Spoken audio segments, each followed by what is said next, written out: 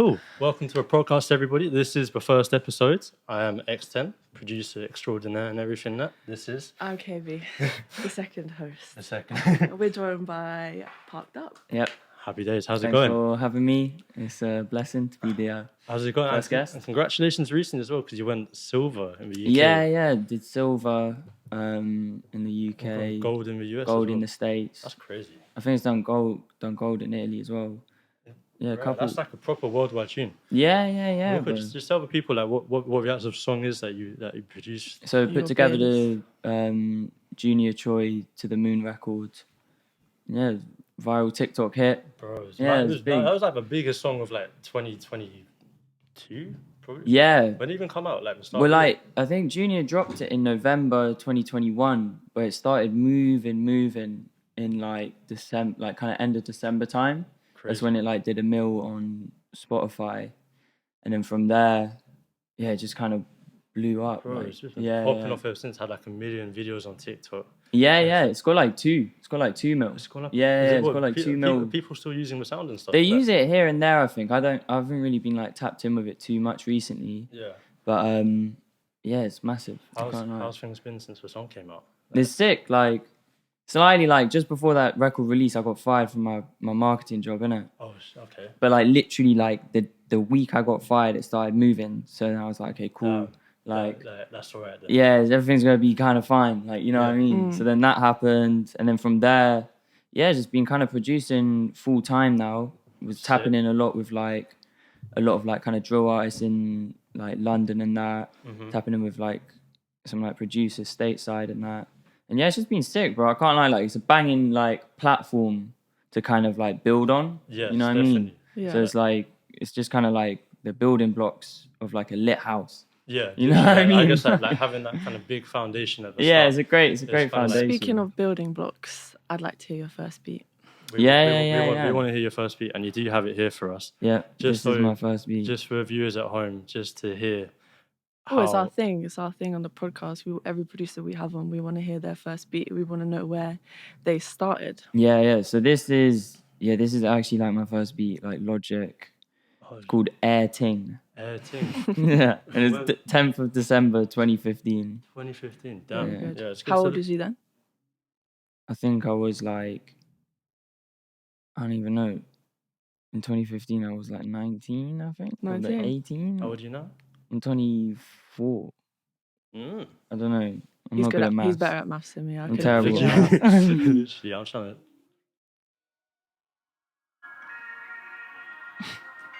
Nah, but this doesn't even sound like it's your first beat. This is This is my first beat.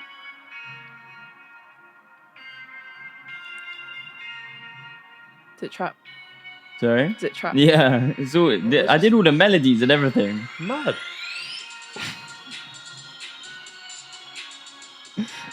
Dude, nah, dude. This for chop snare. I know. It's jokes, isn't it? As far as first beats go, that Bro, I is not can't lie. bad at all. For a first ever beat, It's all right, isn't it? It's all For a right. first ever beat, and you say you made the melodies as well. Yeah, because then I was trying to figure out like how to actually put together beats and that, and I didn't know you could use loops and that. I just knew MIDI in damn. it, Mm. so I was just like click in bare MIDI because I used to I wanted to be like a sample guy, innit? Right. I wanted to be like a loop maker when I first started like doing this stuff Where did you make that? in my room. You had Logic set up. Yeah. Logic was the first thing I used, and then How was you introduced to Logic? Was Like- it school or? It was just like it's because I had a Mac. You couldn't get Fruity Right. Loops on Mac at the time. right. Yeah. This Yeah. was like you couldn't get Fruity Loops on a Mac. So I was just like, yeah, cool. Let me just run Logic, and and then I was just banging that out really. Very Did you have nice. like any like musical knowledge before you started producing, or was that what actually kind of like gave you a push to like? Okay, Yeah, cool, so I'm gonna make like a beat. when I was proper young, I think I was like 14. Me and my friend Frazier, we used to DJ on like this online. Right. We used to DJ like American EDM house shit Oh, lit. on like. Can you swear? Yeah, you can. Yeah, Okay, cool. Yeah, not like. It's like the most podcast question ever. Can you Yeah. swear on this? But yeah, so we used to do like loads of like EDM house stuff, like DJing it, and then he used to produce. We used to be called Sync Shift. We were like a duo, That's innit? lit. Damn. Yeah, because like on a DJ controller, there's like a sync button and a shift button. Oh, that's So we hard. like Sync Shift was our name. And it's kind of corny, but like those were like the early foundations of music and that like being involved in like the like creating music and like putting together playlists and like DJ sets and that. And then from there, I was just watching Fraser produce like on Logic and that. And yeah, he was like using all Ultra Beat, and I was like, this is like looking like alien technology at the time. See, that's like, what Ableton looks like to me. yeah, like different doors and that, like they make it mad techie compared to like the way Fruity Loops is. Like Fruity Loops is just so simple. It's just so easy to use compared to everything else. Yeah, it's true. But yeah, and then from there, I just started tapping in just at home. I was actually watching Fruity Loops tutorials and then transferring that knowledge over to Logic. Okay. Because there's no Logic Just tutorials. because, there's no. You didn't have like a Windows or something. Yeah, there was no like Logic tutorials or anything. So I was like, well, there was a couple, but they were dead. Like, I know. Like, but it's like way more now. there's yeah, tons loads. more now. There's loads now. Like, it's cool. I was gonna do them at one point. well, Logic tutorial. Yeah, I was like, Sure. I was like, bro, someone needs to do this. But then like a couple guys came through and was doing it proper, and I was like, nah, it's kind of gone now. Do you ever still make beats on Logic at all? Yeah, I'm going back to Logic now. Swear. Yeah, like my new workflow is starting Fruity Loops, so like build like a 4 to 8 bar, Right. and then stem it out, and then build the song in Logic.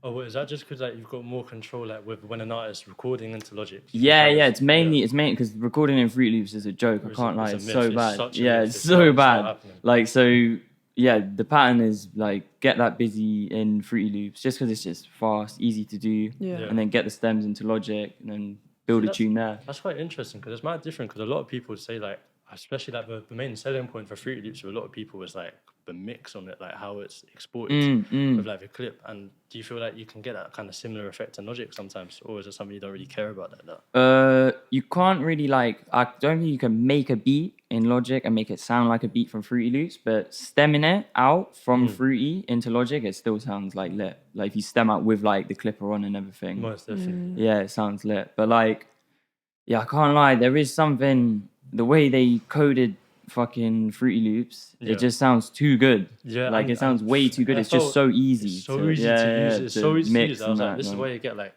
kids in Denmark are like 14-year-olds like just going like platinum and shit because like anybody can use Fruity Loops. I feel like it's a bit like playing Minecraft. It's like the analogy that I always use. With using It's Fruity like a Loops. game. It's like It a is game. literally like a video game. So when you first made that first beat on Logic, is it a thing where like you were continuously making beats from there, or was it like a less regular kind of thing? Yeah, like I was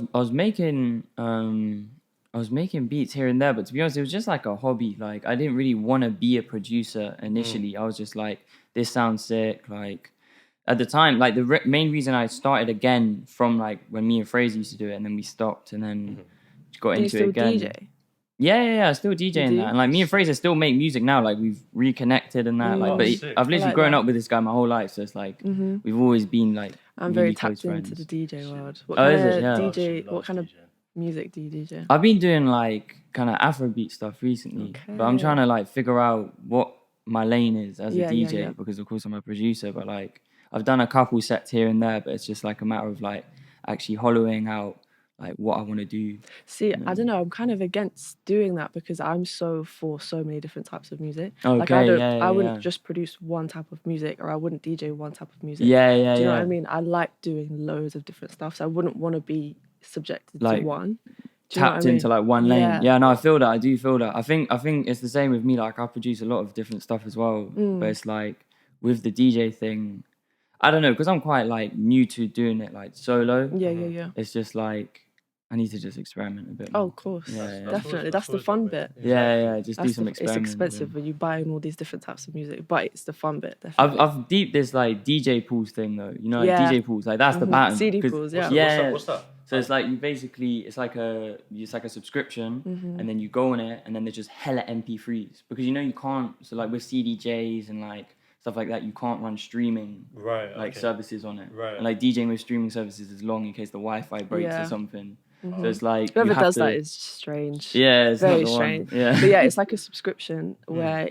they put new music on the pool, and you can just take whatever you want, however many you want, because you pay monthly. Yeah, it's sick. Yeah. It's sick. It's smart. It's very smart. Yeah. Very sick. And then But you if can you like want specific tweak them. tunes, then you have to buy them. Yeah. You can like tweak them and stuff, because then it's like you can do your own flips on them. Because they're just like raw like WAV files, MP3s. Is that like a direction you see yourself going more so in the future than with like doing sets, doing shows? Yeah, definitely. Because I think like, as a producer, a lot of the time people kind of like they lock themselves off as a producer, innit? Yeah, they fall into a trap. You know what I mean? And like being just a producer's lit, and lots of people can do it, but it's just like, I don't know, I've always liked doing loads of different stuff. You know what I mean? Like I've always liked doing like, because I used to do like graphic design stuff and that. Used to do like all the artwork for the tunes that I dropped like with my pals and that. So like I was just always been kind of tapped in doing other stuff, because like it's not like producing gets boring, but it's just good to be tied in loads of different things, just so like you're always like, well, as a creative, you want to be creative in different you want to do places. different things and that. You know what I mean? You don't want to just stay like homed in on like one thing. It can get a bit like samey, a bit tedious. You know what I mean? Was you DJing during lockdown? I did like a couple like just online things, like just online sets and that. Like I did a couple things with I think it was like +1 Radio. This girl, I can't remember her name, but she runs this radio online station. Did a couple sets there. I know her. I know who you're talking about. Yeah. I forgot her name. She's proper cool, but she runs that. And then I did like a couple sets. I did like a set at White City House. Did one in Soho. During lockdown? No. This was after. I was gonna say. After. Yeah, this was after. I was gonna say, what secret clubs were going on in lockdown? No, this was after. Just did a couple like little sets and that. And then just trying to build it a bit more, I think, and then go from there really. So you're saying that producing sometimes get a bit samey, like? Yeah, bro. Like you're trying to like move into different genres and try to do different stuff. Yeah. Like because I've been doing the rap stuff for like 3 years now. I think 2.5, 3 years, and like it's been lit. Had some cool cuts and that, and like there's a couple cool cuts like coming, but it's like I don't know. In the UK, it's getting a little bit linear. It's a bit, it's very like slidey. It's a little bit linear. So I'm doing like pop stuff now. I'm doing like songwriter stuff. Like that's what Harry J said. I was with Harry the other day. Yeah, we were chatting about this. Literally, I was with Harry the other day. Just trying to move into that scene. Like, what does that even like look like when it comes to? It's so different. It's like because the thing is, the funny thing is, it's like the business is way more kind of like it's a product. You know what I mean? Like, this is a record that we are going to sell. Yeah. You know what I mean? So it's just like when you go in with some songwriters, like, it's like, what are people going to want to hear? It's a lot more tactical. You see, like, with the rap and the drill stuff, it's a lot more kind of freeform. It's kind of random. They just do whatever they want. They just hop in, just hop in the booth and that, and then they just flow with it. And then if it connects, it connects. But with the pop stuff, people are like, like, what's going on right now in the world? Like, what do I want to hear when I go out clubbing or like when I turn on the radio and shit? What does everybody relate to? You got to be so wide with it because it's like pop music is popular music. You know what I mean? So it's just like whatever's like kind of relatable in that. Which usually falls into like either heartbreak or love. It's always that. It always ties in with that. Like a lot of the artists I've worked with, it always kind of is like that. But it boils down to it, doesn't it?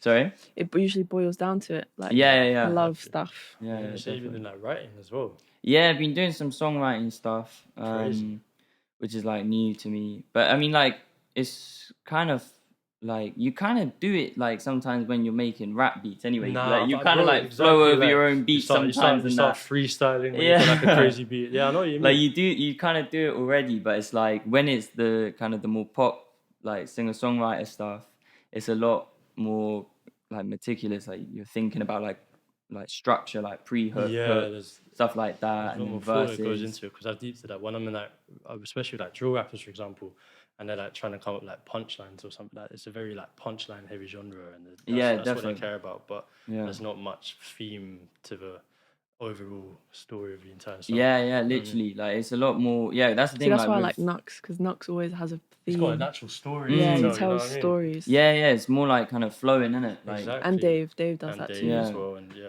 yeah. There's a few rappers that like get spot on like with the storytelling and that. It's sick. I prefer rap like that. I think I do.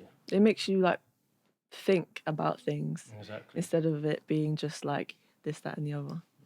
Don't you think? Definitely. What were the rappers like out in America?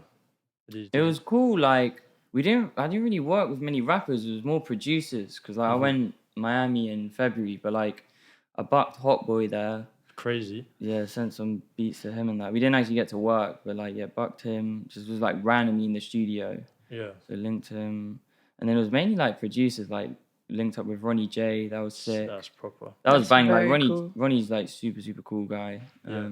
And he's like legendary. You know Bro, what I mean? he's so legendary. Yeah, Everybody knows. Oh my God, right? Yeah, Like, you know what I'm literally, saying? he's Like, got like a sick tag. everybody knows it. You know, Yeah. how did that even come about? Like getting in the studio with these kind of people. That was just through the label, like Right. through Epic, because the To the Moon record it's signed to Black Butter in the UK, and then Epic stateside. It was like a kind of merger thing. Right. So then when we went out there, like we linked up with like Sylvia Rohn and then all the A&Rs at Epic and that. And then they're like, yeah, who do you want to get in with?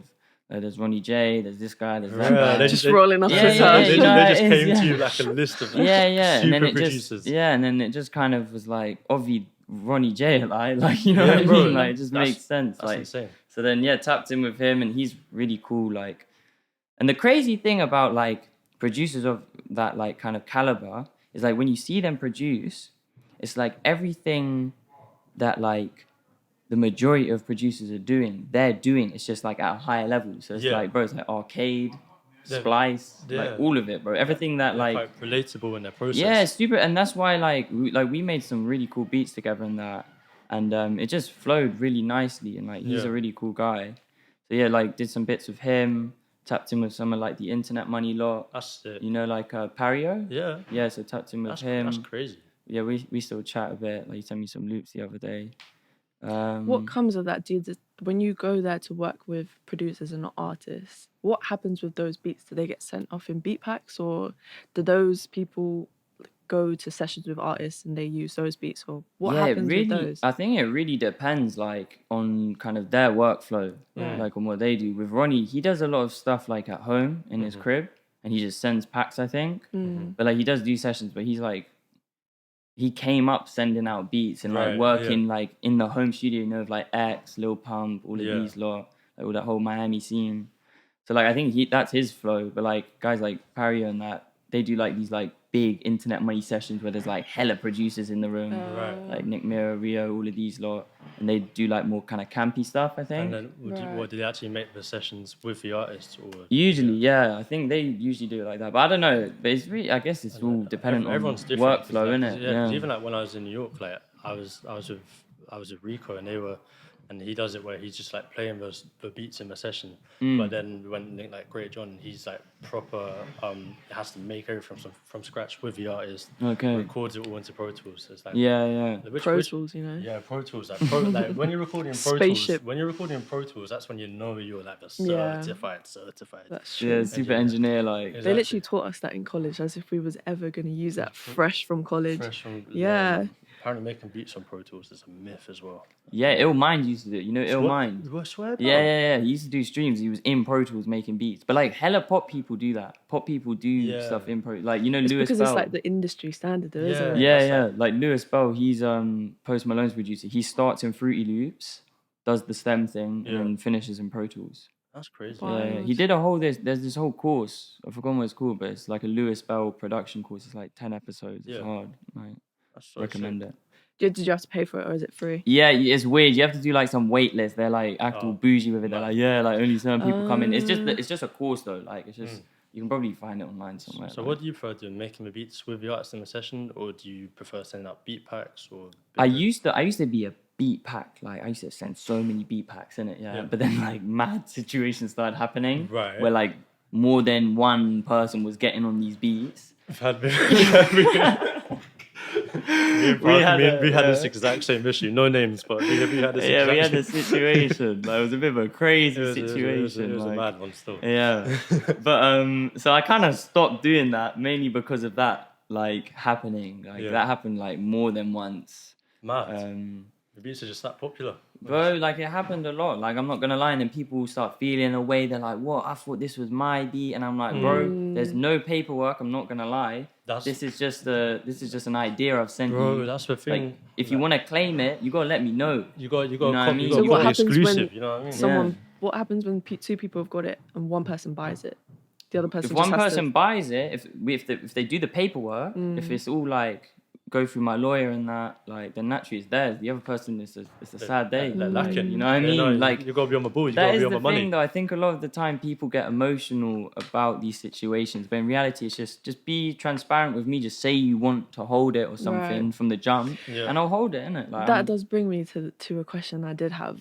How does it feel when your beat gets placed with a big artist and then they rap on it? You're completely oblivious to this, and then it gets posted on social media, and then you're like listening and you know it's your beat. So why does that happen, do you guys think?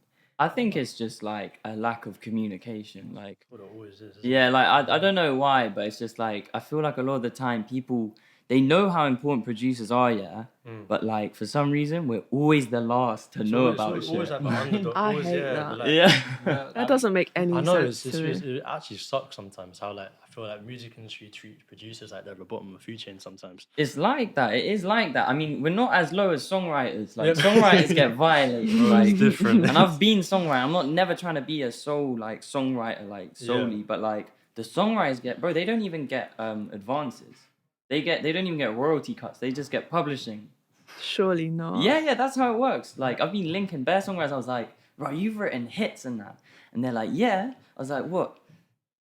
Ferrari? What's going on? They're like, no, bro, I'm in the flat in the getting the bus home. Like, you know what I mean? Like, it's crazy. Like, it's a crazy industry. And like, that's what I mean, like, doing more than just the production. Yes.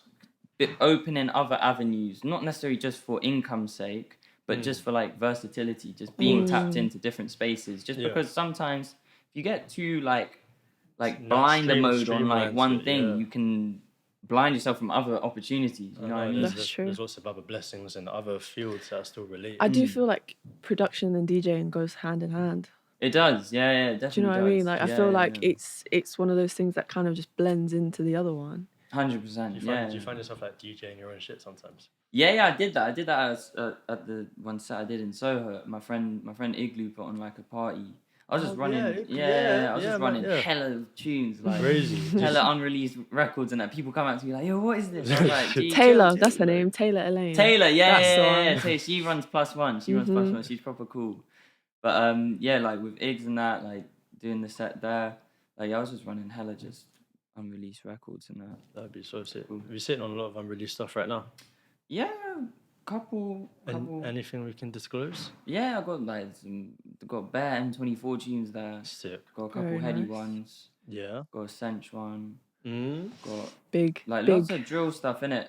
Got this Captain Conan tune that's meant to be dropping soon, but I don't even know what these lot are on. Yeah. Like, I think they're dropping their album soon. Oh, fingers crossed. But again, like, this is such a producer problem where like we're sitting on so much like music. And, bro. You've almost got to forget about it sometimes until it actually comes out. Yeah, man. Oh yeah, and you'll be listening to it sometimes. Bro, you'll send me one, and I'm listening to it on the bus. That's you're like, all I listen to. It's just like I'll go when I got no reception or no service. I'm going through my WhatsApp chats.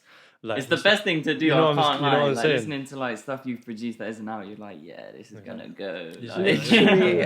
It's true. A question I did have: what is it like running your own studio?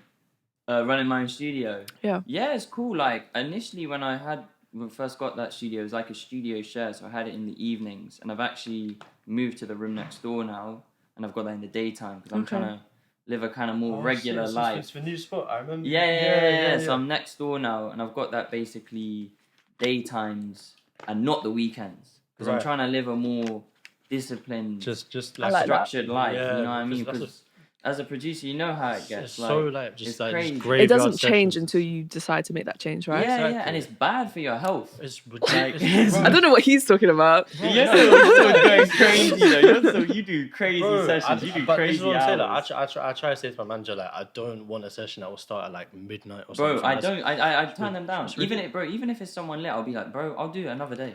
I'm so glad that you do that. I'll do it another day. I'll do it another day. I can't lie. I've done my midnight sessions. And they're not fun. They're not sleeping in the studio. It's such like a I feel like it's so normalized as well. It's super normalized in the music industry, especially where it's like you gotta work hard, you gotta be grinding all night. But really and truly, like it's actually so much better for your mental health as well. Like, bro, I was talking to my friend about this the other day. Like, I think it's especially with producers, yeah. People don't understand the difference between like actually working hard compared to like mindlessly working. Yes. You know what I mean? FIFA in Like, the studio. yeah, like Uber Eats to the studio. it's like, but like it's like you'll make like 10 beats, like maybe 15 if you're going crazy or whatever. But then what? How many are you gonna get cut? They just won't fly. Like, how many will get cut in reality? This is what I'm saying. Like, I feel like it's like people have different perceptions of what like productivity looks like. And it's like it's about using your time more effectively. 100%. Like, I think you did say that, didn't you? That I watched your interview on Beat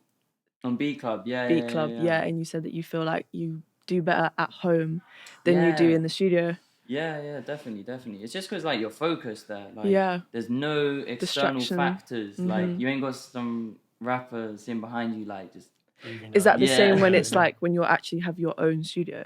I like doing stuff like alone, but at the same time with the sessions, it's good if you have a good relationship with the artist and that. You know what I mean? If you get on well with them, and then they tap in to like production and that, then it's cool. Like cooking up with people is cool. Yeah. But a lot of the time I do like starting like building like a skeleton at home and then going to sessions with me like, look, I started this, should we work on it, should we build on it? Exactly. You know what I mean? Like, I don't want to like finish it and just play a finished like piece of production. That's my thing as well. I feel like when I'm going to sessions, I'm like, I don't play beats I've already made. Like, I'd rather be making something with the artist. Otherwise, I feel like I could just send a beat back from home and I could have saved myself a hassle. 100%. Because especially if you're not, and I know that you engineer most of your stuff, but if you're not engineering it and you're just sitting there watching it happen, it's a bit of a waste of time most of the time. Yeah, bro. Like, I've been in so many sessions like that when there's been an engineer and then I go there and I feel like I'm just presenting beats. Yeah. And then it's just like after that's done, I'll just sit in the studio. I'm like, why am I here? It just sucks, isn't it? Yeah, I like the sound of the music. I'm just like, yeah, this sounds cool. But it's like, in reality, I don't need to be here right now. Exactly. And if it's one of them midnight sessions, I'm trying to be in bed. Again, it's like using your time productively. Definitely, yeah. You could have been at home making a fresh beat pack, or you could have been sitting there listening to the same beat on repeat for like 2 hours. Yeah, bro. That's crazy. It gets a bit crazy. Who's like your favourite artist to work with? At the moment, J.O. Like that song EXO, you heard that? No friend, no enemy. Yeah, J.O.'s crazy. We've been getting in like every week at the moment. Been doing like loads of kind of like R&B, kind of like Afrobeat stuff. Sick. And he's super talented. Like we just get on really well because like he produces as well. But like he hasn't really tapped in physically with the production. But like he'll be like this drum kind of swing. She's got navigation. Yeah. Artists actually know what they want when in terms of like when they're kind of directing you as to what kind of beat they want. There's nothing worse than a confused artist who's like it gets awkward. Yeah, who says like they'll play you like a song that they want something like this. I want a clavish, heady one, K-trap, R&B, halftime with R&B halftime with bass and I want it to be skippy. I want it to be Brent Faiyaz, Trey Songz, Chris Brown. Bro, skippy and jumpy are the worst two things. I've heard that a million times. As an artist, if you're asking a producer for a beat and you say jumpy, and it's awkward. It's awkward. Yeah, it's trash. I can't. Yeah, lie. but it's good to ambush. Yes, you know. But yeah, me and J.O. have been getting in. That's been sick. And my guy Malzo, we do lots of stuff. That's kind of like that's the first like artist I ever worked with. Yeah. We just had a song come out. Is there anyone you want to work with? Anyone I want to work with? Who's on the hit list, top 5? Dua Lipa. Okay. Pie Next Door. Okay. Crazy. Ed Sheeran. That's not too far away. Drake. Drake. And Frank Ocean. Good luck with that one. Yeah, Frank Ocean's going to be long, but like we'll try in it. Like there's a producer in the UK called Vegan. He did like Nights. That's a hard name. Ooh. Yeah, and it's spelled weird though. It's spelled Vegyn. Vegan. Okay. But he did like Frank Ocean Nights. I don't know if it was the first bit or the second bit. But like he's done it. Like he's like UK bound. Do you feel like I find it's like a thing where like getting cuts with artists is a lot easier when you're collaborating with other producers? Yeah. Like I'm massive on collaboration, innit? Like I've kind of turned off it recently just because I'm learning how to play piano. Okay. So I've been doing a lot of my own like chord structures and that. And like playing stuff in. Are you teaching yourself? You got a teacher? I've got a teacher. He's in like Hackney. Very nice. He's cool. But yeah, like learning piano and that is kind of helping with the songwriting, because before I was not like musically inclined. Like I could do like MIDI, or like the theory side of things. Yeah, like, I don't know anything about theory. Did you do it in school? They tried to get me to do it, and I was like, "This is dead." Really? Like, like, yeah, because school music is they like were teaching us like syllabus. Well, Oh, no, Sibelius. Sibelius. Sibelius. Sibelius is the worst thing ever. That's like you gotta like draw in the music, like the actual notes on the. It takes the fun away from it. You know what I mean? Like it's not. It doesn't. I don't know. Some people probably love it. Like if you're actually scoring music and that's your passion, like naturally do your thing. But I've always been quite visual with things. Like so, I like seeing the MIDI. But the only issue with that is doing stuff with like pop people. Sometimes they want to be like, let's just write to some chords. And I'm like, all right, cool. Let me jot in a MIDI. Yeah. I'll play the MIDI. And I'm like, do you like that? And they're like, nah. And I'll be like, all right, cool. Let's do another MIDI. So now like actually being able to just go to the piano and just play some like basic chords and that, and then they can start singing or writing or whatever. You do that a lot, isn't it? Yeah, I definitely think like that's, especially for like producers starting up, that I think that's such an important skill to learn, is to actually get comfortable with, even if it's like one scale, and like finding some chord progressions that you really like, and that they're your go-tos, and that you can always expand from like a round. Like, yeah, it's important. A lot of producers, they only know one scale and then they just transpose it. Exactly. You know what I mean? You can just like transpose it through the different like notes and that and scales. But yeah, like doing that recently just so I can be more tied in with the kind of in the moment songwriting. Yeah. So the pop people are like, yeah, I want a A major, you know, and you'll be like, yeah, I know that. Yeah. Sticky, But a mad pattern are chord triggers. That is a mad pattern. Like, I can't lie. Yes. And if you get Cthulhu as well, Cthulhu's like a plugin. It's like a chord trigger arpeggiator plugin. You can like download packs that people make with like certain kind of vibes. Like MIDI packs and shit. Yeah, no, but it's like chord trigger packs. So it'll be like an R&B chord trigger pack or a pop, and it'll be like just bait chord structures, and you can just play one note, and you'll make a song like in 2 minutes. Like very nice. That's the hack right there. Yeah, you don't even need to know chords. That's true. But like, it's good to know chords because then you look lig. Yeah, no, word, like I don't know how to play piano that well, but like whenever I'm playing in the studio, everyone thinks I'm so sick because I know how to. Yeah, I've seen you do. I've not watched you do. I'm like, raw, like what is that? I know how to make. Yeah, but he's actually had a musical background. Like he's been learning it since he was young, which not a lot of people have had. Yeah, not a lot of people do. But then again, I feel it's useful, but it's so evident that having no musical like knowledge or theory knowledge, it's not gonna affect.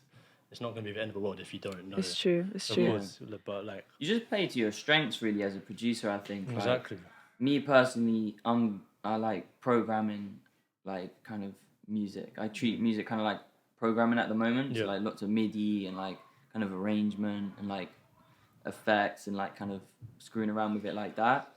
But other people more on the like musical side, and it's just really a matter of like what works for you and how fluid you can be kind of in those moments. And that's where you get like loop makers and stuff that have like the craziest loops. They just sit there all day like just going ham, just coming up with some Beethoven kind of compositions. Yeah. What's your opinion on using loops? I know it's a controversial topic, I guess. At the moment, isn't it? Yeah, it's very controversial. Like, I see everybody talking about like using loops. Like, do you use loops? Or? Yeah. I use loops, innit? But like, recently I've chilled out. Yeah. Not because of like me not liking the loops I hear. It's mainly because of the business. You want to keep. I want to keep it. I don't want to keep it. It's just like things get awkward with the business because a lot of the times you'll like get something patterned. You'll get a whole tune patterned, and then boom, you got this guy doing the loop. I've been doing the production. I don't even know who this guy is. I just met him on Instagram or whatever. Yeah. I don't know how he operates his business. And then all of a sudden, this song is never releasing because of like the way the business has gone, like miscommunication, transparency, and that only has to happen once for you to be like, okay, no, this isn't. But like that's the thing. But like with people I constantly collaborate with who do loops, I always know the business is going to be cool, so I'll continually use their loops. Exactly. And then we know what the pattern is, and I'm always down for fair business. Like I'm not someone that's going to screw someone over because like I've nearly been screwed like quite severely, and then I didn't, and I was like, okay, cool. Like I would never want to do this to someone else. No, I would. But yeah, like I think it's just it can get awkward when you don't actually know this person. They're just like an entity on the internet. Right. And then it's all just email communication. They're like, I want this much, I want that much. And I'm like, bro, chill. Like, I've got the relationship with these people. No, You're, exactly. you're like screwing it up. It's different for different people that you have different relationships with. But Definitely, yeah. If a loop maker was to send you just somebody you've never seen before, sends you an email, you open, you're like, okay, this is cool. Play it in a session, get it placed, make the drums around it, record it, do everything. And then they're coming to you and they say, I want 50% of everything. It gets crazy, yeah, it gets crazy. Like, I can't lie. Like, naturally, as I said, down for fair business, but there needs to be kind of like, you need to have some sort of etiquette. Like, you go deeper. If you're sending loops through to someone, they've spent years building a brand, building a network, like, it's not going to be super, like, split. Do you get it? Like, it's not going to be down the middle. It's like going to, like, Nike or something and then being like, I want to collab with Nike. But they're not going to do that. Like, if you're no one, like, they're going to be like, why should we collab with you? Like, you have nothing to kind of push. But, like, if you give someone the opportunity and then they start moving crazy, it's like, why did I even do this in the first place? I gave someone an opportunity. I've got cool connections. They make sick loops. But then when it comes down to the business, they're just kind of messing it all up. Is that because, like, they have poor business management on their side? Yeah, it usually is like... Because when you're like, they're no one, it kind of makes you think like, you know, they haven't got a lot to give. When they have, they're good at the music side, just not at the business side. Yeah, it happens a lot. Like, a lot of these kind of loop makers, they don't even have managers. Like, they're just kind of doing the business themselves. And it's like... Which is difficult. It's a lot. Like, doing business is hard. Like, no one said it's easy. If business was easy, everyone would be rich right now. I feel like business is actually, it plays as big of a part in being a successful producer. Business is more important than the music. It's actually more important than the music. And it's peak because it's like, the way I see it is like, I'd say like, the whole pattern behind being a producer is like 60% network, like 20% business, and then 20% music. The actual quality of music. But then the 20% of music has to be like 100%. Do you understand what I'm saying? It's like that has to be like insane. And then the business needs to be really good as well. And then the network is just like everything. Who you know, It's like so important. Like, I think that's helped me so much more than actually making like super, super lit beats. Because like, we'll make super, super lit beats, but at the same time, it's like, if they're going nowhere, then it's pointless. Yeah, like nothing happens. It's kind of like when you're starting out, if you're gonna give advice to somebody starting out, how would you begin networking? Like, Furthermore, what advice would you give to yourself at 18, 19 years old? Well, like starting out producing and that. Yeah. Like probably like just actually do it more. Like, I wasn't really doing Which it is much. what Ewan said. Ewan said literally just do it. You just get stuck in, because at first I was like, because you don't see it as like a viable thing at first. You know what I mean? Like you see like Metro Boomin and like Ian Kirkpatrick, all these like super producers like say something, you're like, rah, like these lot, this is their life, innit? And then you see that and you're like, nah, this can't happen. I can't be a producer and that.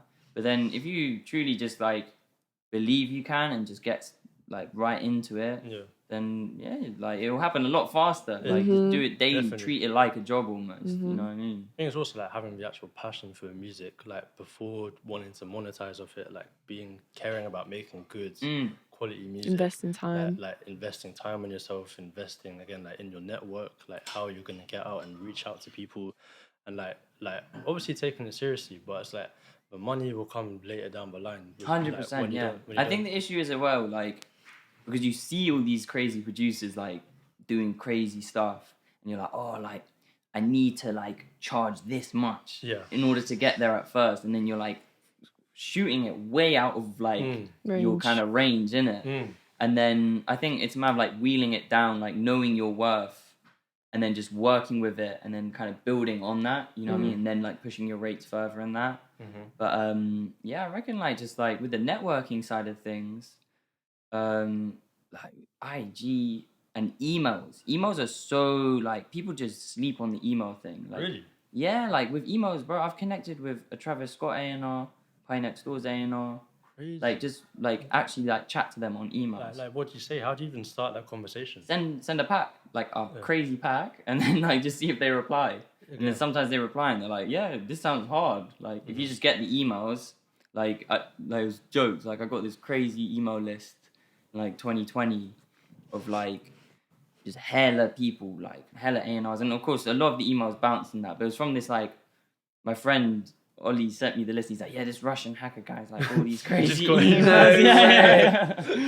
And I was like, oh snap. That's like a lot of luck though, isn't it? Yeah, it is. It's like, it's kind of like with the email packs, it is very kind of lottery kind of style. Like you just send off packs and hope for the best, innit? Yeah. And then a couple people, they come back and you're like, right, like this person's connected to this person, that person.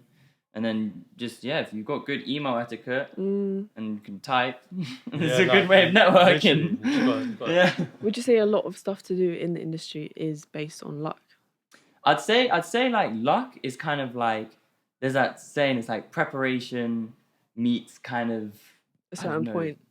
Like being prepared and being in the right place, that's luck. You know what I mean? Yeah. Like if you've got crazy beats or like crazy ideas, and then you just say, walk down the corridor one day in the studio and you bump into Hedy or something. Crazy. Like, Hedy, I make the craziest beats, bro. Like, listen to this. You Like, got just them when you right- just you got play, them right you just there. play Yeah. it right there. He's like, wow, I'm in the studio right now. Let's go. Bosh. Because And that's stuff like that happens. You know what I mean? Bro, Like, 1,000,000%. if you're out and about, like you're showing your face around, people know you and that.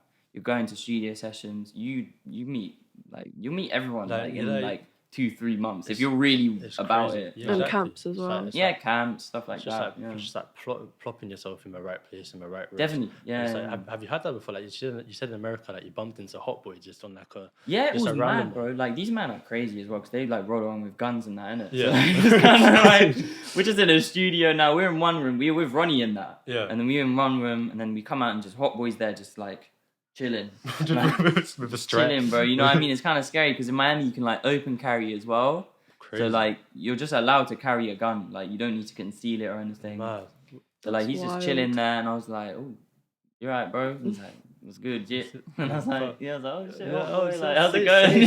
say less, like- Yeah. Did you have like any other like crazy Miami stories? Was it just Miami that you went out to? Yeah, I just went to Miami. We were there for like 3 weeks or something. But yeah, we bucked like Tory Lanez, Mad. met Ludacris, No way. bucked Kodak. We met like loads of people. Like we were in the same club as Floyd.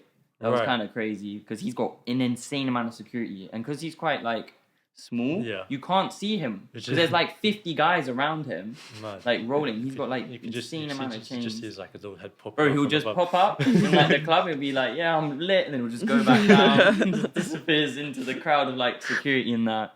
But yeah, we met some cool people like in America. And how did that all just come about from a label setting up, or was it? This was just from going out, like Just- going just clubs. spontaneous? Yeah, just going Crazy. like to like Live and all the kind of like big clubs in Miami and that. Just getting tables there.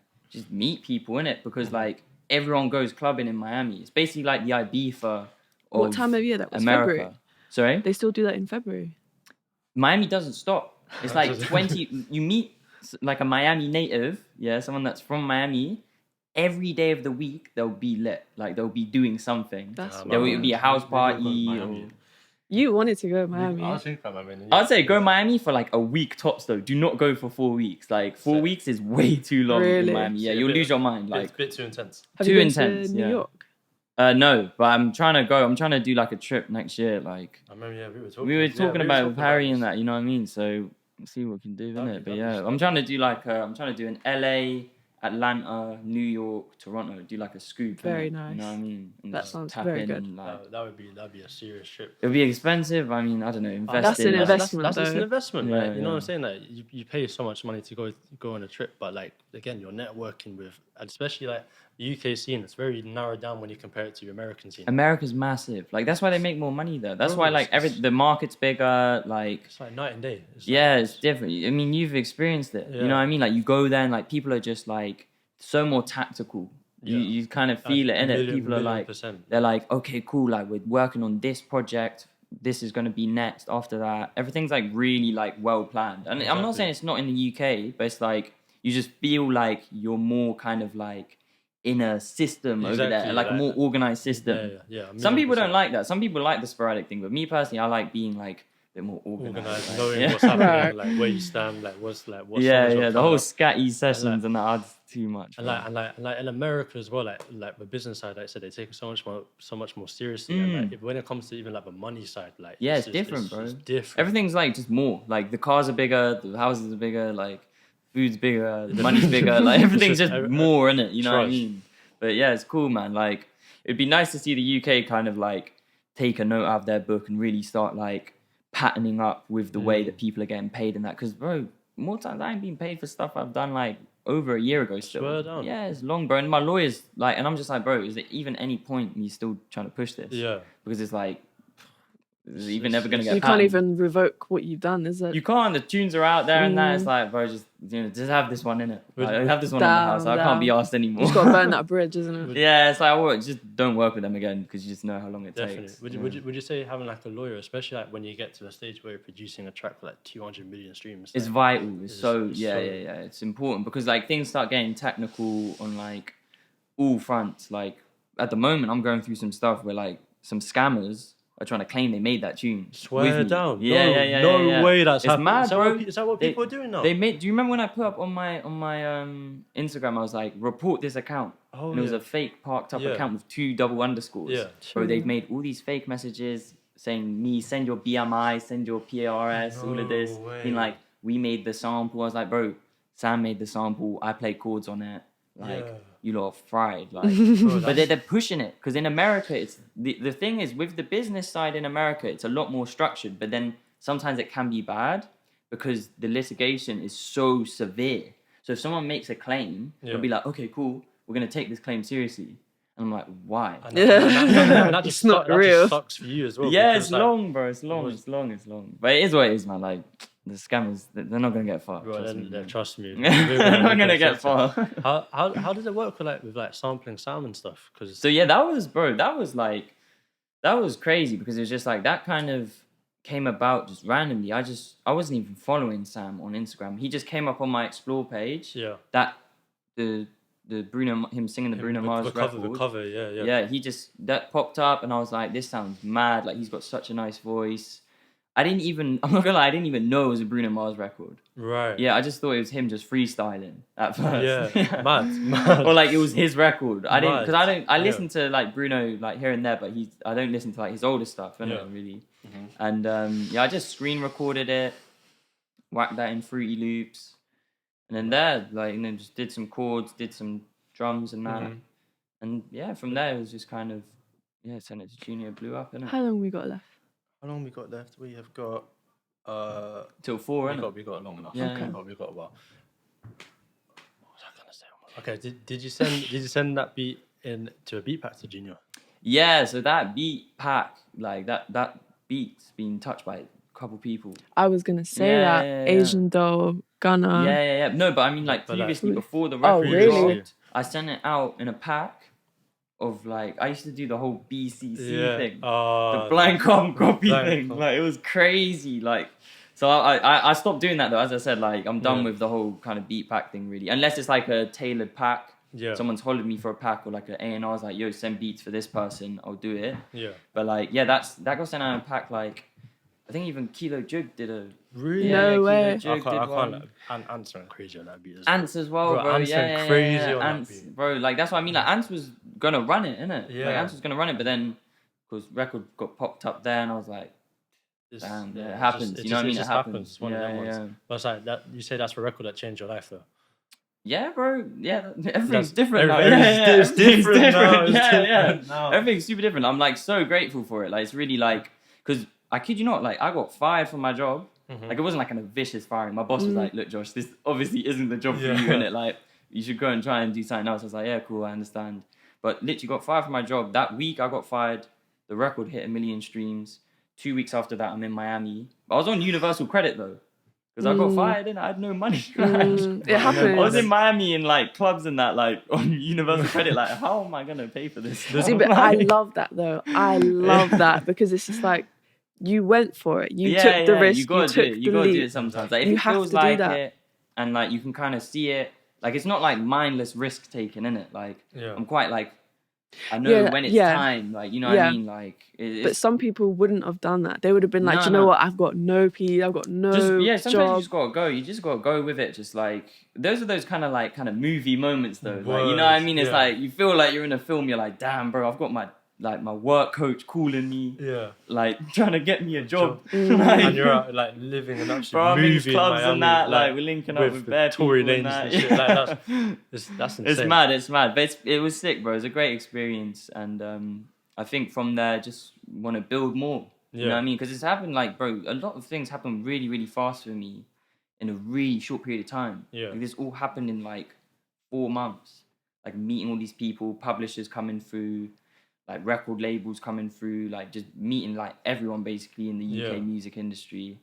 And yeah, bro, like, in all honesty, that was only like the 4th official song I ever released as a producer. That's like crazy. Official, like, on streaming services. Like, I had records on SoundCloud and that with like the artists I was like working with, like learning how to engineer, learning how to make beats, and then we'd put the songs on SoundCloud. But that was like the 4th, maybe 5th. I think 4th. It was quite premature. So from there, I just want to build, just become like a household name, innit? Definitely. You know what I mean? Like you said, it all happened quite quickly. And is it a thing where like you were feeling like that euphoria and shit for like so quickly? Has it like died down now? Like, yeah, bro. I crashed like crazy. Like, I had a mad crash, bro. Like, I didn't like lose my mind, but everything felt like mad weird for a period of time. Right. Because like you're like going so up, and then like you kind of peak, you hit like a plateau of like kind of like the feeling like super energetic all the time and that, and then you're like, okay, cool, what do I do now? You know what I mean? You're like, you gotta either like build on it or you kind of plateau for a bit and then you start like lagging and that. But for me, I just kind of like, I took a long time of making music. Like, the past 2 months, I ain't really been doing much music, bro. Like, I've just been kind of just working on my like mental health, working on my physical health, and then from there, just like kind of building up to making another hit. Exactly. You know what I mean? I think that's such like an important thing with producers, because like, even I've had it before. Like, you have hits and like you have shit going really well, and then it's like, but when that's not being consistent, it's mad. It's not happening properly.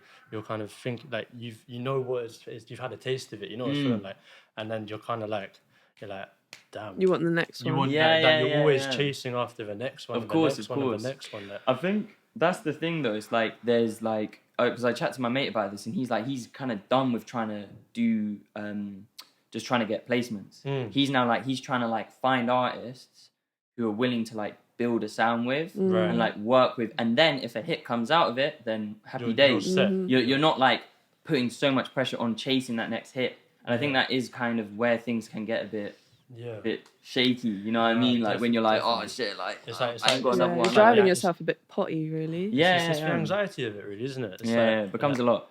Touching on like the mental health and like structure side of things, what does that look like to you? Like, how do you feel after doing certain things? What, in terms of like, first, what does that look like? So like, I want to be like a 9 to 5, innit? Like, in reality, I want to be working like, maybe not 9 to 5, probably like 10 to 6. Like, do like a shift as you would at a job, and then from there, go to the gym, go watch a movie, go do some like normal human stuff. Because a lot of the time, producers aren't doing normal human stuff. Like, it's just straight studio. Like, as we were saying, like, I've done it. You've done it, like, you know what I'm saying? I will be doing it. It's like, you're like, it becomes like your whole personality, like your whole world sometimes. I know, man, and like, it is like a great world to be in, but at the same time, it detaches you from the real world, like what reality actually is. Do you think it's crucial in the beginning of your career? I think it can be. And like, putting in those hours, like, you know, whole 10,000 hour thing, like, it can be quite important to get those hours in. And that is kind of part of the networking side, like doing loads of sessions. But you can still be like healthy with it though. Like, I'm a big advocate on that. Yeah, you say this to me all the time. I'm a very big advocate on that because you lose your mind when you're getting too deep into certain things. And that happens without you realizing it as well, because like one overnight session becomes another overnight session, another one, and the next thing you know, you just burn out. I seen this video of Eminem, right? I must have told you this ages ago, but it was basically like Eminem had kids at the time. Obviously, he was big, but he started saying, "Do you know what? As soon as it comes to this time of the day, I'm going. I don't care where we are in the song. I don't care what we're doing. I'm going home at this time." And I really like that. And it's because, like, music is great and it's crucial, but in your career, obviously, and like staying and all that kind of stuff. However, like your personal mental health and your structure within your life, I feel like overtakes that by miles. 100%. Yeah, I think people get lost in that because, as I said, it's that kind of split of like knowing when to kind of stop for your own sake. Yeah. Because if you don't, like, you'll just be like, you burn out. You burn out fast. Like, people fizzle out. Like, as a human, you're not built to work 24 hours a day. Yeah. You're meant to rest. And people don't like resting sometimes. Do you smoke? No. Have you ever smoked? Yeah, of course. Okay, so in like studio sessions, when you smoke, do you feel like you become even further away from that, like, wanting to be... It ruins it. I hate smoking in sessions. Like, I never do that. I used to, like, here and there, but it was just like... But I don't think people realise how powerful weed actually is. Like, that is, like, actually, like, it's high-key a psychedelic drug. You know what I mean? Like, if you smoke enough weed, you can start tripping out quite a bit. And, like, there's times in sessions when, like, even when I'm not smoking and other people be smoking and that, I'm like, bro, I'm just lagging. Like, I just don't feel at, like, peak performance. Right. When you're sober? No, is that peak performance? Peak performance is sober. Right. Yeah, 100%. Like, when there's smoke in the room or whatever, I'm like, bro, I'm distracted, kind of. I don't feel like I'm in, like, actually that creative space. I feel like when people smoke super, super regularly, they get so used to being in that state that's the new peak that's their performance. creative place. That's their creative place. And it works for some people. Like, I can't knock it, but at the same time, like, I don't know, it's just not me. That takes a lot of hard work. And when I say hard work, I mean lots of weed to get to that place. Yeah, definitely. Yeah, it's just kind of like, zoop, you're gone. How do you feel about this? How do I feel about this? I don't know. Again, like I said, everybody's different with it. I'm actually smoked in over a month now since I come back from New York. But it's like in America, for example, everybody's smoking. But engineers are smoking, producers are smoking, but rappers are smoking, but A&Rs are smoking. It's crazy, yeah. It's crazy. So it's like, it's all completely different. But if it's a thing where, like, you know that you can work, like, definitely try doing it sober one time just to see if you can really push yourself. Like, 100%. And like being out of your comfort zone is something that's going to keep you progressing all the way with music as well. Yeah, definitely. If you find yourself doing the same thing over and over and over again, and you're still not happy with like how things are going, then you got to switch up. Like, you got to try something different. Yeah, for sure. Yeah, like, I think for me, like, so in the studio I was in, there were these cards. There's this producer called Brian Eno, and he's got these cards, and they're basically like inspiration cards. You basically take a card out and it's random every time, and you like shuffle the deck, and it will say like some weird thing, like, it's like, look at the ceiling. Yeah. You look at the ceiling and then maybe inspired, innit? Right. Yeah. Or like, that. Sometimes it'll be words, it'll be like some really deep stuff. Where do you find it? What, the cards? Yeah. You think they're just online, but the producer's called Brian Eno. He's like, you know Fred Again? Yeah. He's Fred Again's mentor. Like, he taught a lot of Fred Again. Very cool. Music. He's very cool in terms of like DJ stuff. Did you see his Boiler Room? Yeah, that's crazy. Like, I'm trying to do something like that eventually. You know what I mean? Like, Fred, he's legendary. Like, he's been producing for time. Like, he's done loads of vegetarian stuff. He was doing like, I think he's done Burna Boy stuff. He's done everything. Heady, yeah, you know what I mean? Like, Fred again is legendary. Like, big inspiration, slightly. Like, do you see yourself like also going in that direction where you see, like, with Fred again, when he releases music, it's like, obviously he's a producer, but he's like, on paper, he's the artist. Like, yeah. Like, was that something that you do in the future? Yeah, definitely. I think so. Like, just kind of with because that's the thing, because I do come from, like, I studied advertising at school, at uni, innit? So, like, branding is something I actually really like doing. Parked Up featuring so it's just, Fredo. I think, like, it sounds good. You know what I mean? Yeah. Like, it sounds good. Like, that's, like, the name came through, like, me and my pals, like, putting together the name and that. like it just makes sense. Like it would be cool to have an artist project. So it's definitely something like I'm gonna be working on. Like I think a lot of producers think that they need to be at a certain level to do that, and I don't think that you do. Yeah, I don't know. It really depends. Like because that's the thing. You go deeper. Like dance producers are artists from the jump. Yeah. No matter how big they are, like that is how it goes. Like if you are the producer, you're the artist as well. You're going to be releasing tracks as the artist. So like, why can't you do it in like Calvin Harris? Yeah, Calvin Harris was dropping tracks as Calvin Harris from the jump. You know what I mean? So it's just like and Muramasa really cool as well. Yeah, loads of people like that. So I think just you can do it whenever really, as long as you have like a kind of sound. Yep. Like a consistent sound, because that's what an artist project usually is. It's like a consistent sound that people can like resonate with. Then just run it, innit? Like there's no limit to it. Really. Exactly, and like the whole thing with DJ Khaled, like DJ Khaled was first a DJ, then a producer, and then now this DJ artist producer personality, exactly. And I feel like he's really like stretched the boundary of production as well. Do you know what I mean? And 100%. not only obviously because he's very rich, he probably funds the whole production himself, but it's just like becoming the face of your own music, I feel like is so cool. I think, very cool. That's so sick because like you can actually, then you're in control. Like because as a producer, like I said earlier, like we're treated like further down. Yeah. But like when it's like your song and you're the guy, like it's same. It happened. You just go up. Like it happened to like artists. When the artist is the actual face and the voice of the song, exactly. They're treated with way more respect and like obviously clout and stuff like that. Exactly. It's crazy. It is crazy how it works, but that's part of the networking as well. Yeah. You know what I mean? That's why it's so important to be able to like kind of work your way through these structures, and then be able to kind of like eventually come on top of the structure. So then you become more successful, more known, and music's heard by more people. Exactly, and then that opens doorways for so many other stuff as well, like getting into advertising and stuff, or like doing different campaigns, or like then you're treated as an artist. Literally, like you never see, like you see how like the JD Sports things come out recently. You'll never see a producer in that unless they're an artist. Yeah. Like the only producer I could see in that is like from the UK, like the Christmas campaign they've done recently, is J5. Yeah. Because he's lit. J5's he's an artist. He's like a prime example. He's the prime example in the UK of that. You know what I mean? Exactly. Like TSB does it as well. Yeah. TSB's doing it well. But I don't even know who else is even doing it. Right? Really, it's like J5, TSB. That's kind of it in like. The only other person that came close to that Fumes, but he's not even like a producer. But Fumes is like he's an engineer, isn't it? Exactly. It's a bit different, But he did pioneer that for engineers, though. Isn't he made a lane. Yeah. That's it. Slightly off topic. Did you see that series on Amazon?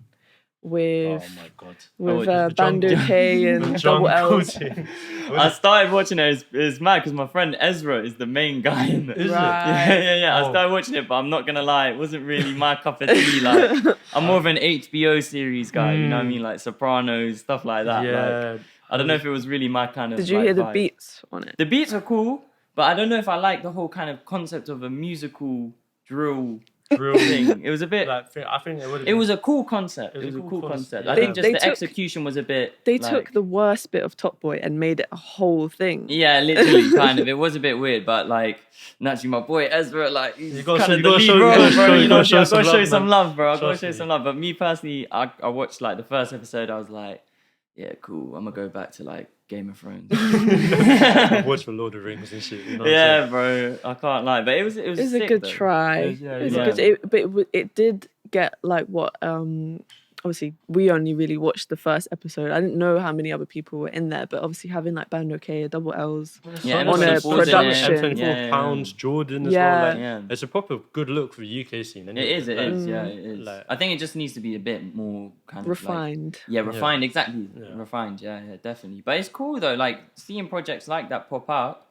As I say, like it's nice to see because it's like at times you do feel like sometimes the UK is slightly behind like kind of exposure in I feel like Dave kind of pioneered that situation. like making the exposure more prevalent, making artists go into TV. Okay, but he was banging in Top Boy, like that was cold. Like he's actually like genuinely a good actor. Like I feel like I might get. But who's the other guy that raps on Top Boy? It's not Wiley, is it? No. Kano. Kano. Yeah, That's the yeah, one. yeah, You know what I'm saying? And like I said, like when you've got that kind of status and like you can be moving into different industries, moving into different. 100%. I'm trying to be an actor. Yeah. Go Yeah, for bro. it. But I'm trying to be like Yeah. older though. I'm trying to do this in like, you know how Morgan Freeman started acting when he was old. Right. I'm trying to do this shit when I'm like 40. If you weren't producing, what would you be doing right now? That's one of my questions. Yeah. Get stolen. I don't know. I'd probably be working in advertising realistically, but whilst working in advertising, I probably would be trying to be an actor. I've always wanted to be an actor. Like, Really? I loved acting in school. Where does that come from? I don't know. Like, I just was doing drama and that, and like, I was pretty good at it. What do your parents do? So my dad, he actually runs a record label called New State Music. Sick. And they used to do like all the Ibiza compilation albums. So like No way. Pasha, Amnesia, That's all of the lit. clubs, they would come to like New State and then they put together compilations of like all the records you'd hear in the clubs. Wow. So people would go out clubbing, get wasted and that, get lit, come back to the UK and then listen to all the tunes. So that makes sense why you started DJing with that kind of music. Yeah, it was always dance stuff. I grew up listening to like dance music, like all the Balearic house stuff, like Because of some your trance dad, right? stuff, Very techno cool. stuff and that. What about your mum? My mum, she's a childminder at the moment, but she used to design toys for like Hasbro. Cool. So yeah, so she's like toy designer. She's like, so yeah, it's quite creative. They're both quite creative. I'm guessing they support the music thing that you've been doing. Yeah, definitely. Yeah, 100%. I Like love they're that. down for it and they're really happy like I'm doing it. At first, of course, it was a bit shaky, like, because I was so stubborn. I was like, yeah. but I was so stubborn as well. I was like, nah, like, this is like what I want to do. I don't want to do nothing else. You gotta now. believe in me, mom. Yeah, it's like, slam my door and that. I'm gonna like, make beats, mom. I'm gonna be a producer. You know? Literally, because like you got deep at the end of the day, like you got things you got to pay, bro. Like you got bills and like there's rent. That's and where I that. am right now. Like Yeah. having that balance just seems a bit. It's techie, it's stupid, but that's why I used to engineer. Like before I was producing, I was engineering because for some reason engineers get paid for sessions and producers don't. Bro, I was talking to someone about this the other day. It's such an issue. It's weird. It's weird. Like they just start slyly playing their beats. it's weird, but that's the thing. But that's how I got a lot of like kind of my early cuts. That's how I met you. Yeah. Remember, I was engineering. We were engineering. Bro. And then Bro, we did a couple beats, and then we a just couple chopped beats it got up, placed, and then, yeah. bro, I remember that was a long time ago. Yeah. But yeah, that's kind of how I got into the whole scene, like the UK rap scene. It was through engineering at Disturb in London, isn't it? Yeah. But that's the thing. You get paid a day rate as an engineer. As a producer, you're just risking it. As a producer, you just show up and just hope that whatever you make, and then they pay, and then they may pay you. and then they might, pay you. Potentially. Yeah, but That's because what then I'm you'll be saying, like, like- oh, this is my rate, and they're like, bro, get out of here, man, lower that. Bro, and then literally. it's just like, wow, like, That's what I'm saying. what's the point? Disrespect. Like- It's incredible. It's It's crazy. mad. It's mad. How it's would mad. you get started as a? So let's say someone listening wants to get started as an engineer. How do you think they could get started? Engineer? I got started as an engineer through just chatting to people on Instagram. I got Okay. started as an engineer pursuing management. I was Right. trying to get a manager, and then at the time, the guy I was chatting to, he was like, "Oh, can you engineer?" And I was like, "Yeah, of course I can." I've Right. been in my room Could doing you this. actually? Yeah, I was Right, okay. actually. I wasn't like as good as I am now because, of course, years of practice Yeah. and like just sessions and that. But I could like track a vocal. If they need to use auto tune, they can do. I can set up a compressor basically just from like watching YouTube and that really. And then yeah, he just started sending me to sessions, and then from there I got tied in with the Disturb in London lot and was just doing loads of sessions there. Like I became really good friends with the head engineer there at the time, Finn. And then yeah, he was just hollering me and they were just getting busy. Instagram is Yeah. a very It's powerful all tool. about this for networking thing that just It's show, network, show bro, face, like, so important, so important. Like not obviously within your boundaries, like you said, you have like clear boundaries, but going and showing up to rooms that like so it comes down to decisions where you say I'm going to go to this or not, and you never know, it might change your life. If you I like go to now the room. I'm a bit more selective of what I take on. Yeah. But before, like 2020, 2021, anything that was happening that I'd get a shout for, like if it was engineering, sessions, whatever, innit? Like events, I'll just go to. Exactly. It's just so important. That's what propelled you to where you are now, essentially. 100%. Like you just gotta meet people, and like I think that's the thing as well. Of, like a lot of producers need to work on their people skills. Oh my You know god. what I mean? Social skills, Yeah, 101. social skills 101. Like I may start a class. Bro, Like, I'll just paint a picture to you right now. Pretend that you're there on your laptop making beats right now. Okay. So, what are you doing? What are you doing there? It gets like that sometimes. It really does. Like all in my ear. You know yeah, what I'm saying? it's weird. Like ridiculous. things get weird sometimes. People don't know how to really like hold themselves in social situations, and like even just opening conversation. Like sometimes I'll be in sessions. Like it doesn't really happen anymore, but like sessions I'll go to with producers. I'm just trying to chat. Like I like talking. Yeah. Like I get some people don't like talking, but I mean, if you're gonna be in a room with someone for like 8 hours, A very enclosed space, yeah. I don't want to just be silent. Yeah, right? no, that sucks. It's like prison. This sucks. I guess it kind of heightens the creative process then. Yeah, you don't really know why they're here. Like, what do you want? Like, what's the vibe? It's weird. It can be. It goes back to the mindless work. Like it's mindless work. You're working towards nothing. Like there's no objective. And you want to have that relationship from the jump. It's so important to be treating people like they're your friends, for example. 100%. Because like if there's any kind of awkwardness in the room or anything like that, that will just show, and like it will suck. And if you feel it in the music, bro, exactly. Like you can hear it, you can feel.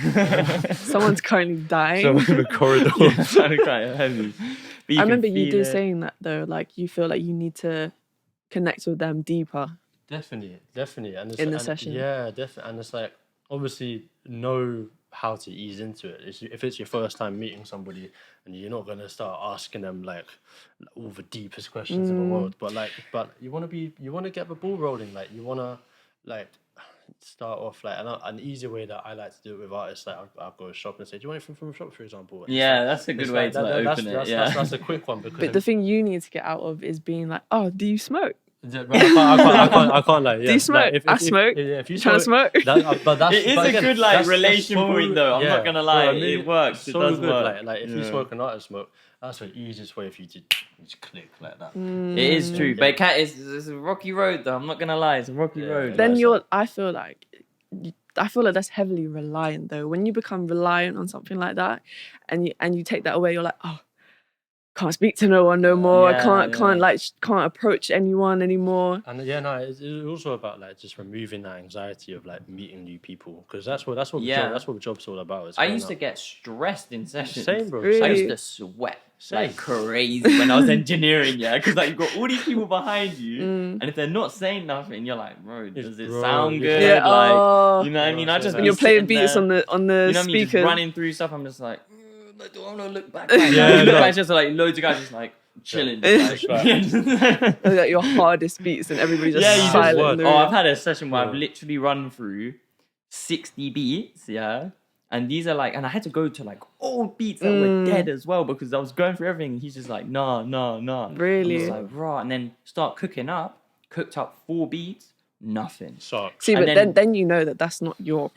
I was just like, but then I'm listening to my man's music and I'm like, bro, like my beats are like in line with like what's going on. But then at the same time, I think people forget people have bad days. You know what I mean? People have off days. Like as a producer, you have off days. As an artist, you have off days. In life, you have off days. You know what I mean? So sometimes, even if, because that's the thing, a lot relies on a session. You know what I mean? It's like, this is the moment, like this is when we're going to link up and we're going to make music. If something happens the day before, the morning of that thing, like you get a phone call, it's not really what you want to hear, you got to still go to that session because people are relying on you to come to that session. You might be on different time into there. Yeah, exactly.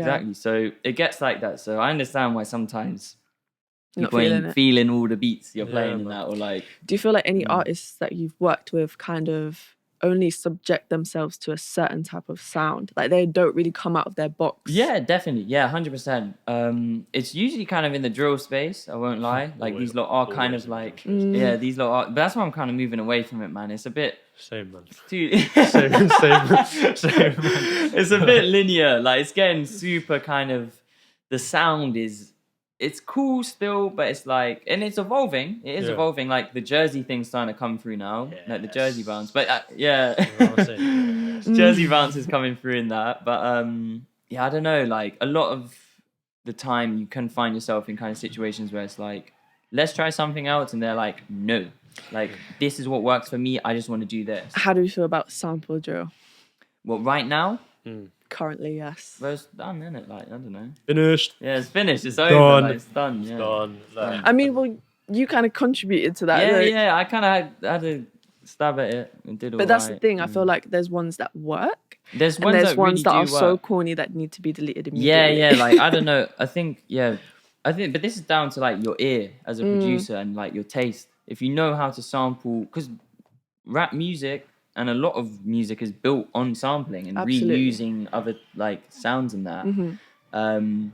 But yeah, I think if you have a good ear and you've got good taste and you can sample in a classy manner, I guess you make sick music regardless. Exactly. And that's what music's about. It's just sampling just old stuff. Well, that does bring me on to my question. Like, what kind of music does influence you? Like, what did you listen to? Obviously, I know that you listen to dance music and all that kind of stuff. But when it wasn't your parents' influence, what was you listening to? When I was younger, it was a lot of like rock. So like a lot of like Led Zeppelin, like newer stuff like Foo Fighters, some hard stuff like Slipknot and like Korn, stuff like that. And then from there, I stopped listening to that stuff. Was that like in school? Was it secondary school? That was like kind of primary school. Slipknot in year 4? Nah, like year 5, year 6 kind of vibe, you know what I mean? But I was like a proper rock kid. And then from there, just kind of started listening to like dubstep and that, like some drum and bass. And then from there, I started playing basketball, and none of these lot were listening to dubstep. So I'm just like, what are you lot listening to? And they're like, Meek Mill. And I was like, oh, who's Meek Mill? Like, and then it was like rap music. And right. And then now it's just kind of, I listen to like loads of different stuff. Like listening to a lot of pop stuff at the moment.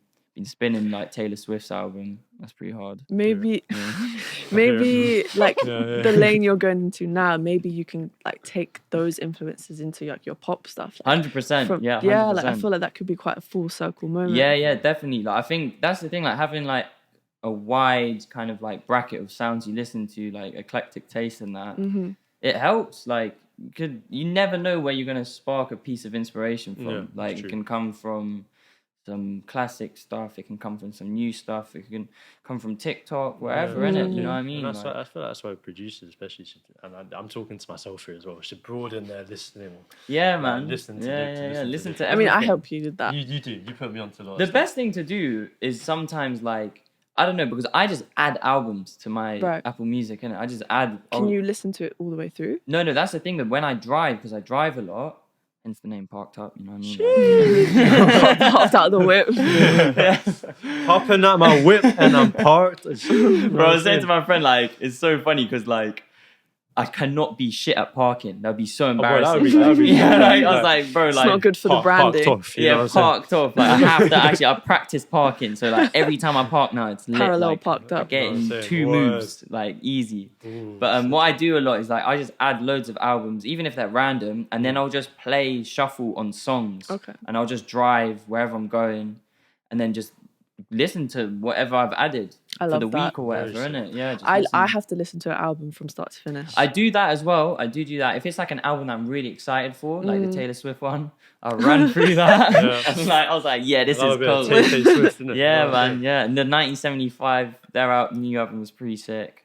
And Arctic Monkeys got one coming. Oh, it's called The Car. Oh, Cars. Yeah. They haven't had a show in years. Yeah. I think 2018. Yeah, they chilled out for a bit, innit? Yeah, they chilled out. I listened to Drake's thing yesterday. I still need to listen to it. Yeah, it's hard. I've listened to it about 14 times now. It's hard. What, the new one? Yeah. Wait, the one that just dropped with 21 Savage? Yeah, the new album, yeah. You run it 14 times? Bro, I've run this one song in it about 14 times. Which one? It is, bro, what's his name? He's only listened to it 14 times. Yeah, you've only listened to it 14 times, bro. I will literally bring it up right now. My favourite one's No BS. It's that one's cool. Oh my god, I can't. See, I like to think that I'm cool, and I give it a little bit of space and time before I start listening and watching things. So you know, what's it called? There's that TV show on Netflix that went super viral. With the Jeffrey Dahmer one? No, the one Squid before Game. that. Squid Game. Yeah, I still haven't watched Squid Game because I'm too cool. We're gonna watch it. I'm actually like, I actually love to wait. Squid Game's banging though. I love Squid Game. That was like a great show. Like that was actually quite cool. So what's it called? Bro, it's like something about like label meetings. I can't remember. Bro, it's the second song on the tape, and it has like a piano at the start, and then a switch, and then switching. Anyway, it doesn't matter. I don't know. See, but honestly, never mind that. First of all, the gap between the two albums is very, very small for Drake. But the song with Drake and 21, what was that called? on Honestly Jimmy Nevermind. Crooks. That's the Yeah, one. yeah. That was a very good song on that album. That was weird though, because of course, like he did the whole kind of like house Ibiza thing. Like the guy Gordo produced a lot of it. Black Coffee, all of these man. But it was just like having that song was like, why did you put it on there? Because if you did a whole album, and then of course they did do a whole album like that, but like they should have kept that as like the lead single for this or album. they dropped it as a single. Maybe it was like a little snippet, then, like to get people gas. Like Drake is still making rap music and that, but I that think album was interesting. the dance avenue wasn't a bad idea at all. No, it was good. I loved it. Some people really hate it, but like I don't know. I think it was hard. Like It's different. Yeah, but I it's feel like Ibiza club music, isn't it? Yeah. Like Exactly. beach club kind of vibes. Like you can go and just kick it. Drake's audience is not that at all. Well, not at all, but obviously not predominantly. And having them like take listen that kind to of that, genre in. Like, it's obviously very different. But I feel like it was a good move. I feel like it's a very good move. I really liked it. Like, but I like dance music, innit? So because me and my mate Jonah were in the studio, and then he did the snippet. Not the snippet. He put up like Honestly Nevermind, and then I looked at it. I was like, surely this is an R&B album, right? Like the way the fonts and everything. I was like, this is R&B to the soul. Yeah. But then he says, exec produced by Black Coffee. I was like, bro, is this guy making a dance album? Because like Black Coffee does dance music and that, innit? So I'm just like, raw, like I guess it is. And then the next day I messaged Jonah. I was like, yo, it's fully a dance album. Like what? Like this is so weird. Like no one expected it. It was so random. I would have liked to see different producers on that. I'd like to see Kit Tronado on that, like produce. Oh, well, like do album. some stuff with Drake. Yeah, surely they've linked up. 100%. They must have linked up. Fact check that after this. Yeah, they're both Canadian. Like Canadians always link up. Like I would have definitely thought he would have been on that album. Yeah, sliding. Man, bro, we gotta wrap it up.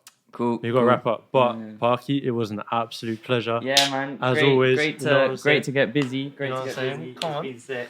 It's Very been super nice. sick. Yeah. You're a nerd. I'm a nerd. Cool. New podcast episodes dropping all the time. All the time. Yeah. Stay tuned in. Yeah. Thanks for watching. Thanks for watching, guys. Thanks for being here. Brilliant. Yeah, it was fun. Love. Sweet one. All right. Sick. Cut.